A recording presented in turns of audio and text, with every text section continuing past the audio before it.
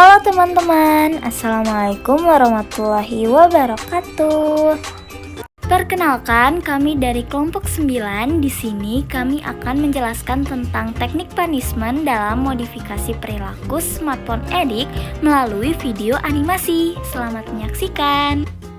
Pokok permasalahan yang kami gunakan dalam modifikasi perilaku ini adalah perilaku bermain smartphone secara berlebihan oleh subjek AZ yang berusia 5 tahun. Selanjutnya, kami telah melakukan assessment untuk mendapatkan data yang dapat digunakan sebagai acuan dalam menentukan teknik modifikasi perilaku.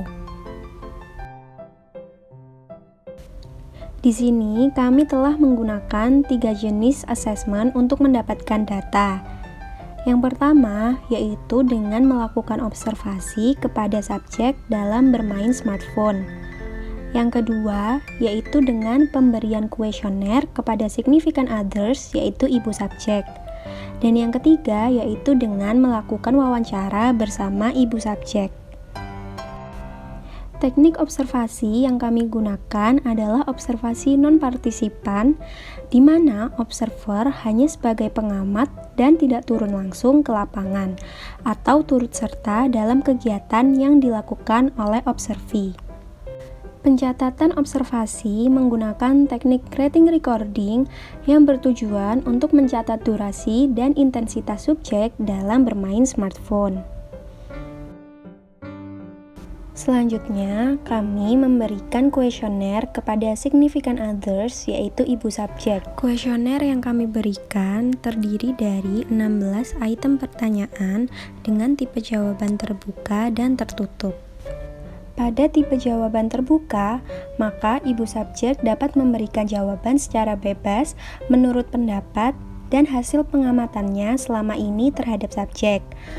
Sedangkan pada tipe jawaban tertutup, maka ibu subjek hanya diberikan 2 pilihan jawaban, yaitu ya atau tidak, yang paling tepat untuk menjawab pernyataan yang telah diberikan.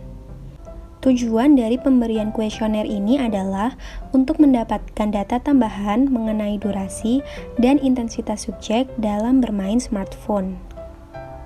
Pada langkah asesmen yang terakhir, kami melakukan wawancara bersama ibu subjek. Wawancara yang kami lakukan bersifat semi terstruktur, di mana interviewee atau ibu subjek dapat memberikan jawaban bebas, namun tetap mengacu pada teori yang digunakan. Dalam hal ini, maka ibu subjek dapat menjelaskan apa saja yang ia amati dan ia rasakan terhadap subjek saat subjek bermain smartphone.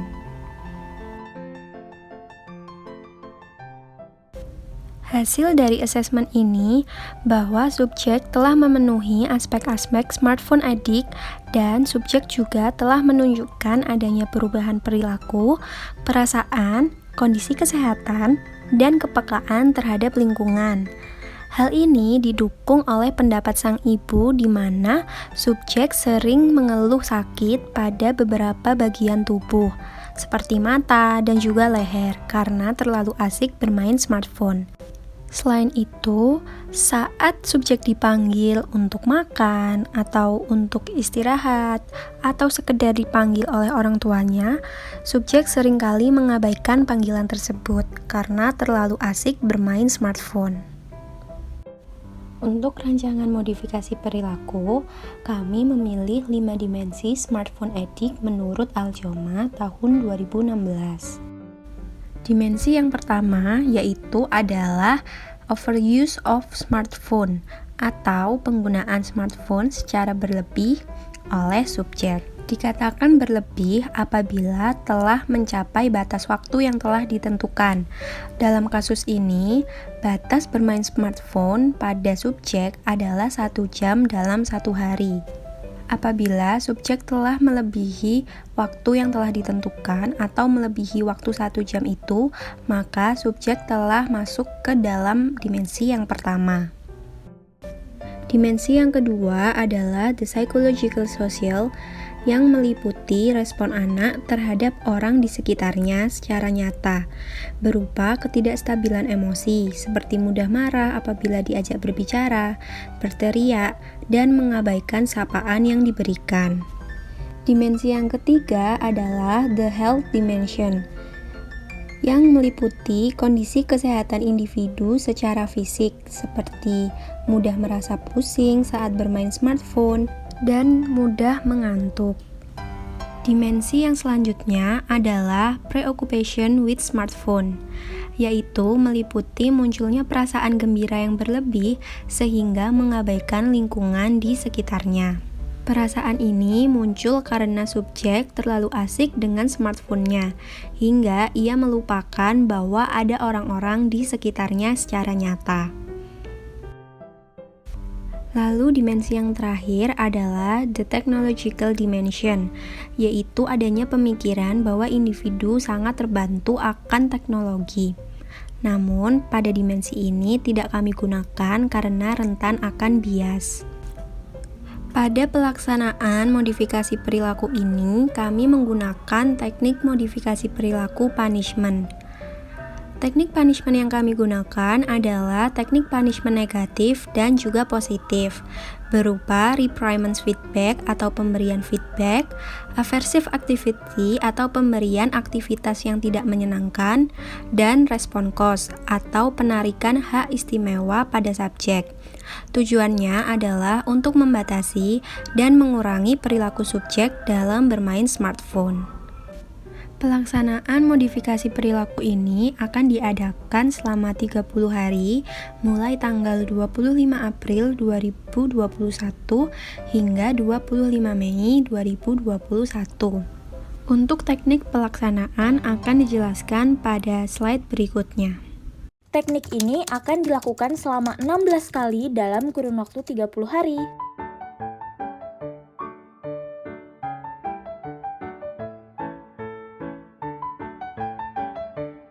Karena subjek belum merespon dengan baik teguran yang diberikan, maka subjek diberi tugas untuk belajar selama 1 jam.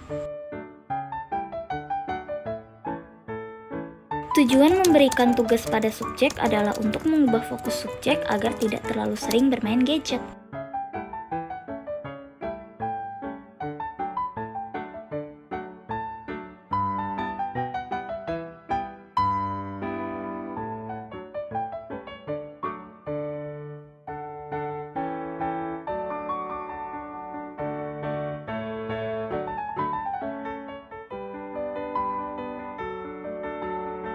Sebelum subjek belajar, subjek juga harus menyerahkan ponselnya terlebih dahulu.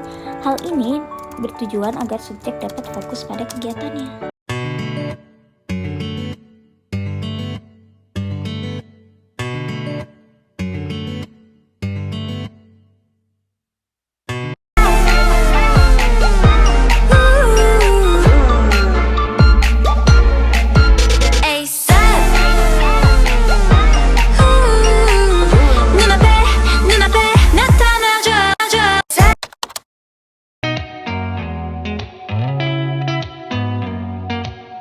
Did you ever stop and think, why spend too much time just getting ready? Tujuan mengambil ponsel dari subjek adalah untuk mengurangi durasi subjek dalam menggunakan ponsel.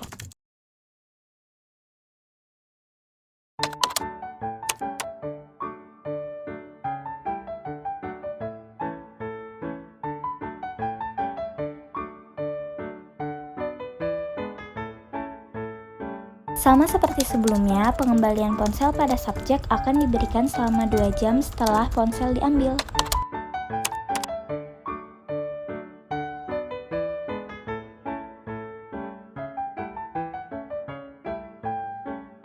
Pada hari ke-6, penerapan teknik yang diberikan sama seperti hari ke-5, yaitu penarikan hak istimewa atau penyitaan gadget selama 2 jam dan diberikan tugas untuk membersihkan tempat tidur dan juga ruang tamu.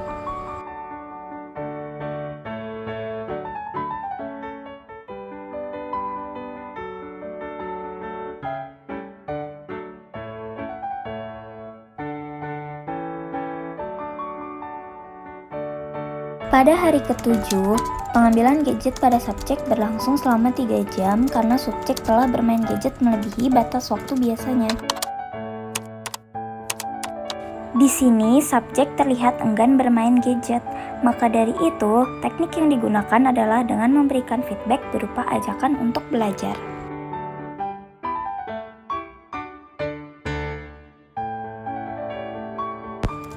Setelah belajar, subjek diperbolehkan untuk bermain bersama.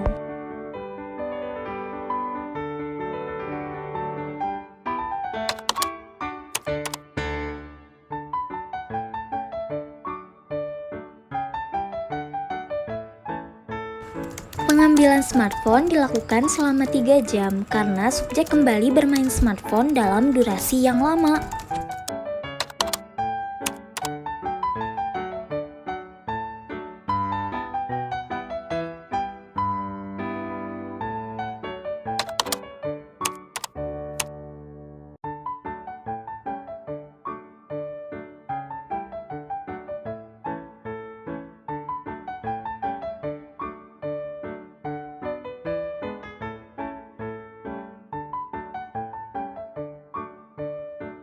Setelah belajar, subjek pun diperkenankan untuk bermain baik bersama keluarga ataupun teman-temannya. Hal ini bertujuan agar subjek dapat meningkatkan kuantitas hubungan antar subjek dengan lingkungan sekitarnya.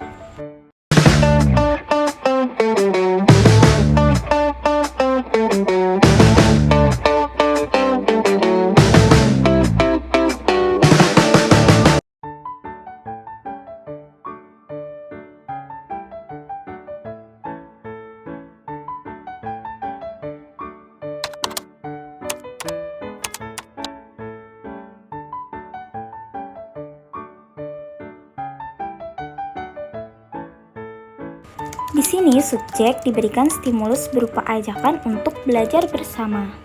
Pada hari ke-13, subjek mulai mengurangi intensitasnya dalam bermain gadget.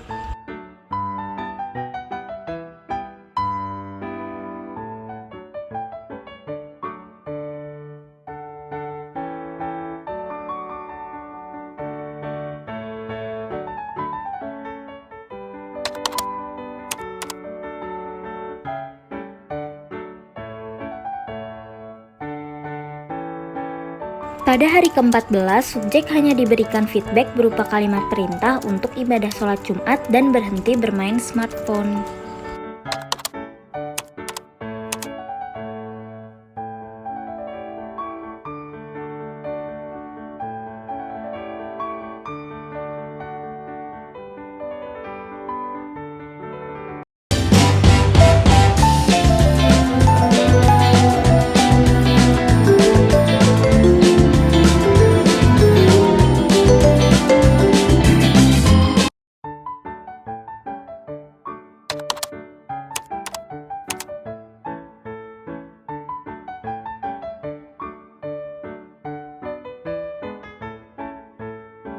Pada hari ke-16, subjek hanya diberikan stimulus berupa feedback yang bertujuan untuk mengingatkan subjek bahwa perilaku bermain smartphone tidak boleh dilakukan secara terus-menerus dan melewati batas yang telah ditentukan.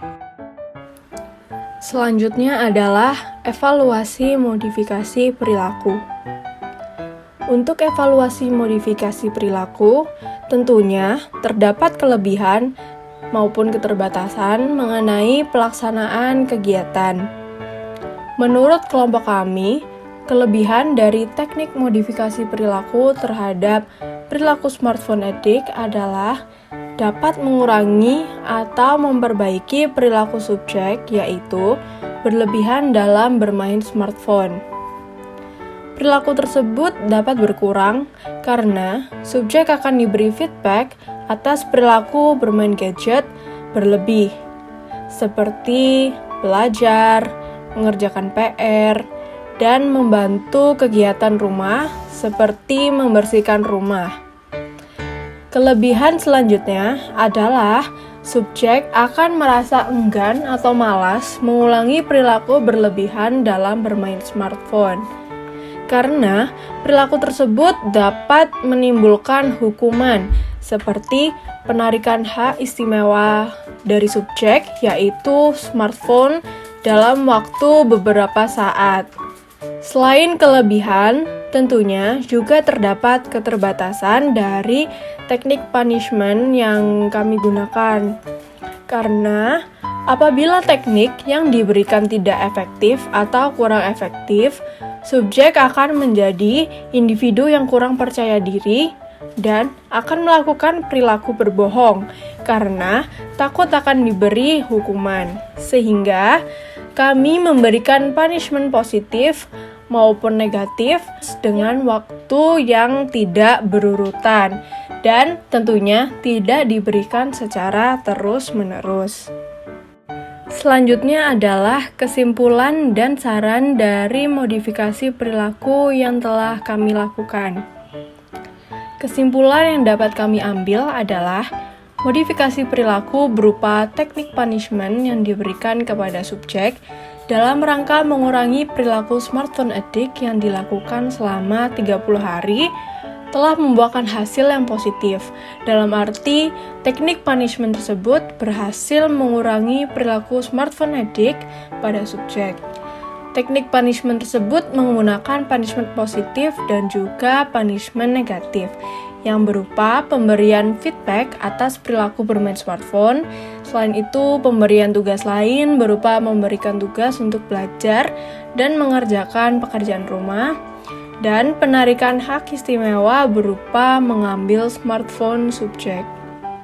Selanjutnya, saran bagi peneliti adalah dalam penelitian mengenai modifikasi perilaku menggunakan teknik punishment yang telah kami lakukan, diharapkan penelitian ini dapat menjadi bahan atau referensi untuk penelitian selanjutnya, serta dapat memberikan pengetahuan baru bagi peneliti untuk penelitian selanjutnya. Sedangkan saran yang bisa kami sampaikan untuk ibu subjek dan juga subjek adalah bahwa teknik punishment ini harus diterapkan secara rutin supaya perilaku berlebihan dalam bermain smartphone pada subjek tidak muncul kembali di masa depan. Selain itu, subjek juga perlu diingatkan untuk tidak terlalu sering bermain smartphone. Dan jika memungkinkan, ibu subjek dapat membuat jadwal untuk subjek supaya subjek memiliki kegiatan lain selain bermain smartphone. Sekian dari kami, terima kasih atas waktunya, mohon maaf jika ada salah kata. Wassalamualaikum warahmatullahi wabarakatuh.